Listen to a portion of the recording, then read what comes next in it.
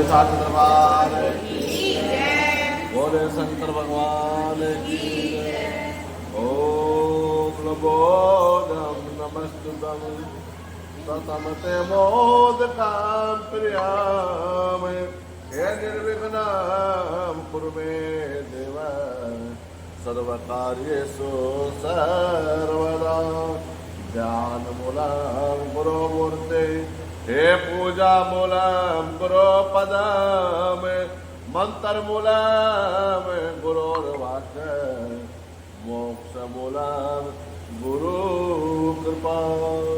बोले सतगुरु महाराज की ओम नमः शिवाय ओम नमः शिवाय।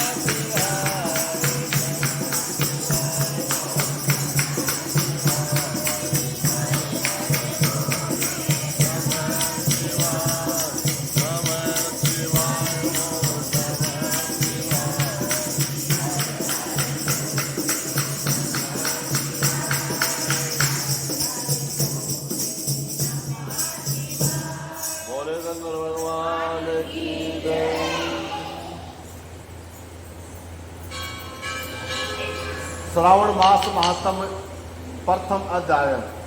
बोलो गणेश महाराज की बोले गणेश महाराज की जय। श्रावण मास महात्म की जय। श्रावण मास महात्म प्रथम अध्याय।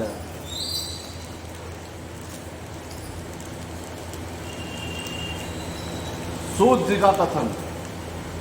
सोनक जी ने सूत जी से पूछा, हे महाभागे, आपके मुख से अनेकों कथाओं मैंने सुनी है, फिर भी मेरी जो कथाओं में तृप्ति नहीं हुई है। मुझे तृप्ति होना चाहता हूँ और मुझे कृपा करके कोई और भी कथा महात्म सुनाए जिससे मेरी तृप्ति हो सके। ऐसी कोई कथा कहिए।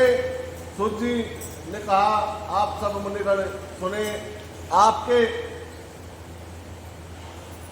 कहने से मैं बहुत प्रसन्न हूं और आपके लिए मुझे कोई भी गुप्त नहीं है। दम रहित होना चाहिए, आस्तिक बुद्धि वाला होना चाहिए, सच्चा नहीं होनी चाहिए और परमात्मा में भक्ति की इच्छा होनी चाहिए। क्योंकि जब हमें भगवान की पूजा पाठ करते हैं तो हमारे मन के अंदर ना अच्छा द्वेष की भावना नहीं होनी चाहिए। हमें कोई भी हम शिवलिंग को पूजा करने आते हैं, मंदिर पूजा करने आते हैं या गुरुद्वारे में जाते हैं, अब वो वहाँ करके पूजा कर रहे हैं, वो जैसे हमें सब ने एक प्रेम भाव से पूजा करना चाहिए। किसी में जिसने आशीर्वाद चढ़ाया था मुझे आशीर्वाद होगा, मुझे वहाँ से चढ़ा। भगवान कहते हैं, भगवान कोई भाव के भूखे हैं। परमात्मा कहते हैं, मुझे एक फल और पत्थर चढ़ा दो, जल चढ़ा दो, खाली मैं उसी से प्रसन्न हो जाऊंगा। लेकिन चढ़ाने की जो तुम्हारी भावना है वो अच्छी होनी चाहिए, दूसरे के प्रति सर कपट की नहीं होनी चाहिए। इसमें भी कथा में ये बताया गया है कि नम्रता से कथा को सुनना चाहिए, ब्राह्मण भगत होना चाहिए और सुशील स्वभाव का होना चाहिए और उस व्यक्ति के अंदर धैर्य भी होना चाहिए। कथा में पवित्रता से दोष रोपण रहित होना चाहिए। ये जो 12 गुण बताए हैं ये श्रोता के अंदर होने चाहिए।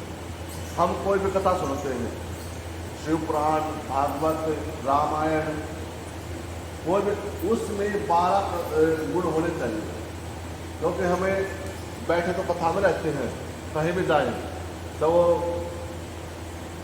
किसी भी आचार्य कथा हो, लेकिन हम कथा में नहीं होते हैं, हमारा दिमाग कहीं और होता है। जो ये 12 गुण जिस व्यक्ति में कथा सुनते समय होते हैं ना, तो उस व्यक्ति का निश्चित मोक्ष हो जाता है, उसको संसार का समस्त दुख प्राप्त हो जाते हैं। इससे मैं प्रसन्न होकर के आपसे तत्व की बात कहता हूँ। एक बार ईश्वर ने सनत कुमार से कहा, हे सनत कुमार, हे सुव्रत, हे ब्रह्मा के पुत्र, आपकी सेवा भक्ति से प्रसन्न होकर के मैं आपसे एक अत्यंत गुप्त बात बताना चाहता हूँ। वर्ष के 12 महीनों में श्रावण मास मुझे बहुत अत्यधिक प्रिय है। यह बात कौन कहते हैं? शंकर भगवान जी कहते हैं सनत कुमार। वे सनत सनंदन सनत कुमार 4 भाई हैं, ब्रह्मा के मानस पुत्र हैं। ये शंकर भगवान से कहते हैं। और पूर्णिमा को श्रावण मास नक्षत्र का योग हो जाने पर इस मास का नाम श्रावण मास पड़ा। इस मास के कर्मों की गणना करने के लिए भूमि पर कौन कौन सामर्थ्य हो सकता है और जिसके संपूर्ण फलों को प्राप्त हो सके, हे ब्रह्मा पुत्र, मैं तुमसे कहता हूँ। जिस श्रावण मास के महात्म को देखने के लिए इंद्र आदि सब इकट्ठे हुए हैं, भगवान ने जिनके फल को कहने के लिए 2 सहस्र जीवाएं धारण की है। 2000 जीवाएं। हम एक जीवा से भगवान का गुणगान करते हैं। कई बार कहते हैं ना, मैं कितनी बड़ाई करूँ, आपकी कितनी प्रशंसा करूँ, आपने कितने उपकार मेरे ऊपर किए हैं। तो भगवान जिस बात में कहते हैं कि 2000 जीवा भगवान ने बना दी इस बात को गुणगान करने के लिए। इस मास को देखने के लिए तथा कहने में किसी की भी सामर्थ्य नहीं है। हे महामुने, अन्य मास में इस मास की कला को भी नहीं प्राप्त किया जा सकता। संपूर्ण मास व्रत रूप है, सारा श्रावण मास धर्म रूप है।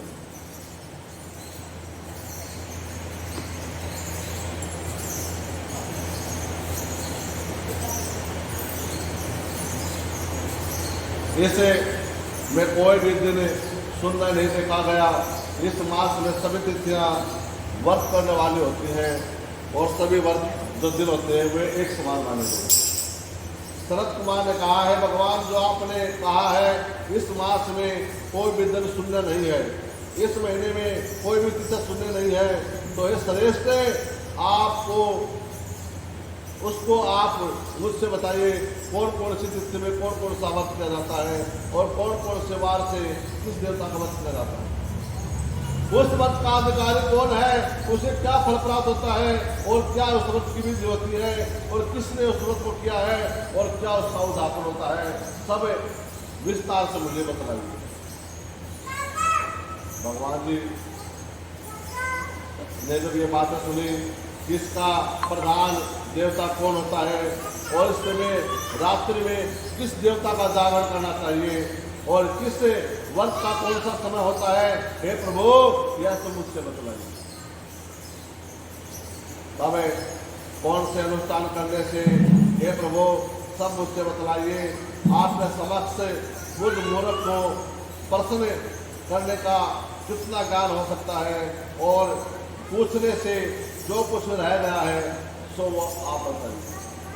क्योंकि मैं तो मूर्ख हूँ, मुझे प्रश्न करना नहीं आता है, न पूछना आता है, इसलिए जो भी कोई बातें रह गई है वो सब बातें आप मुझसे बतलाइए और मेरा उद्धार कीजिए। बोला शंकर भगवान ओम नमः शिवाय, ओम नमः शिवाय।